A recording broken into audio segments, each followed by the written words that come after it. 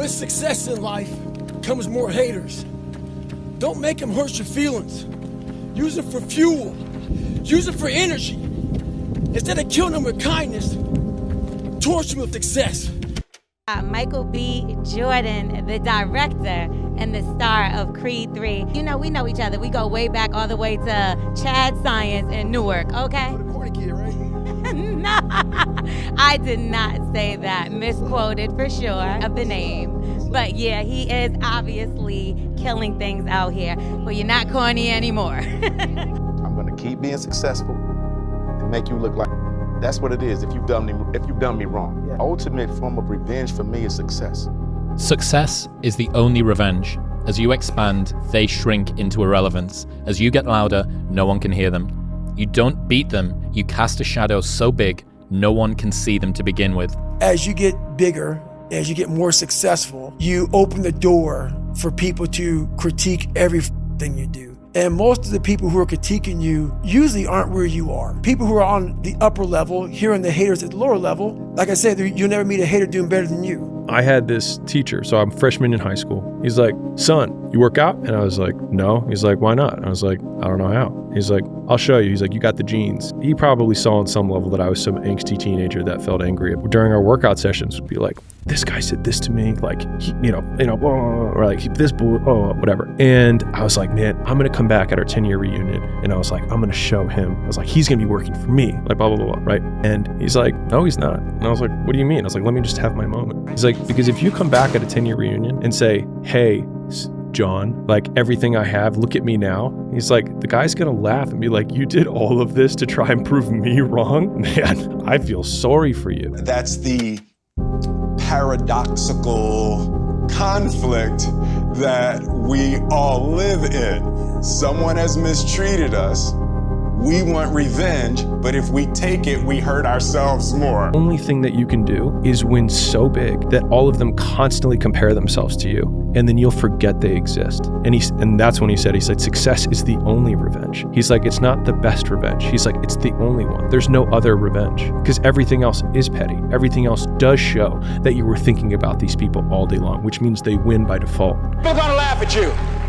But let me tell you, I believe in revenge like Frank Sinatra. He said the best revenge is massive success. The pushback you are getting is the indicator that you are doing the right thing. Because they're projecting the things that they know they should be doing that you are doing that they're not doing, and you remind them of that. So I started making these mixtapes with all of these hate messages, and it became such a source of fuel that it was amazing, because I know why you hate me. You hate me because you're probably in the bed right now. You're probably an underachiever. You're probably somebody who doesn't want to do anything with your life. So I make you question everything about yourself. So I'm going to continue making you question yourself by coming out here and being even more successful. You're on a path right now that you believed in, but now it's getting hard and you're wondering if you've got nuts to ride it all the way through. What you're wondering right there, that weak mentality, is the old you coming back. Don't listen to that.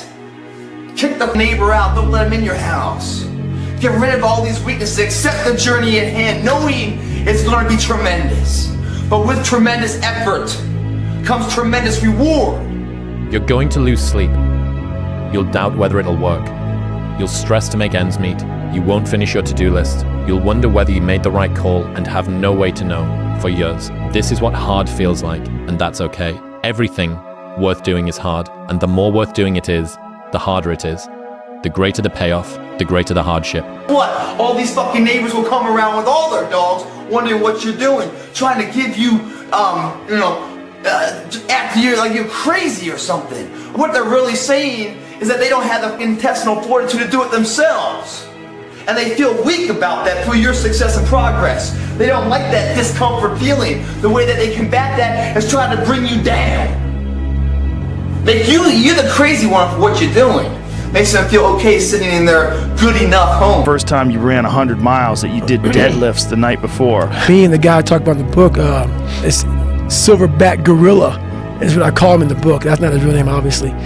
But yeah, he saw me go into my car the night before my first 100-mile race, and it's like he called me out. Said, hey, Goggins, come here.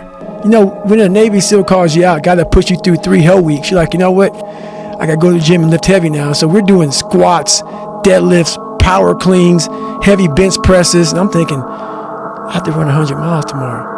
But I also knew he was coming out there to watch me. So I was like, you know what? You put me through 3 hell weeks. You were my instructor. So now it's my turn to educate you on what a human can do. Because I know you could be sitting there thinking while you're watching me with your wife and your kid, and you just worked out with me the night before, you went real heavy, did the heaviest shit. You're going to sit there while you watch me run around this 1 mile track. How the f is he doing that shit right now? We lifted heavy as hell. And he's running 100 miles and never has run past 20 miles in his life. I use that for a lot of fuel. So that gym workout, Mr. Silverback Gorilla, there was a lot for my mentality. If you think you can do it, guys, your body will find a way to make it happen. Everything's a mental state, guys. So maybe going to get a new gym, new outfit, new whatever, new workout partner, whatever it may be, switch it up, might give you that zest again, might give you that new fire to keep it alive through these dark months of February, March, and April, so you can really see that clay warm up and actually mold into something that you want to be.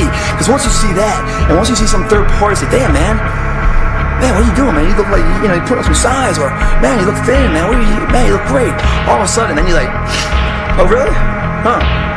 Man, I didn't know this little thing. Inside, you're like, yeah, score, man. I'm fucking doing it. I'm actually saying I was going to do something. I'm following up and making it happen for a change. Instead of just being like everyone else in society saying, oh, feel bad for me, or excuses this and excuses that. How about we grab our nuts for a change and actually mean what we say? It's water under the bridge. The grind. The grind does that. That's it. You're not grinding hard enough. If you're worried about something that someone did to you years ago, you're being it to yourself, man. You're not getting out there and squeezing that soul out every day. Yeah. If you grind hard, man, I ain't got time to worry about your monkey ass. I ain't got time to worry about you, man. Because tomorrow, I got to go back to the grind. And tomorrow, I go back to the grind again and again and again and again. I don't have time to put you into the hate bank. There's no hate. It's all filtered out, man, through the grind. People don't get it. There's great joy in the grind. Great joy in the suffer. It totally cleanses your body out, man, of any kind of hate. Makes you grow up.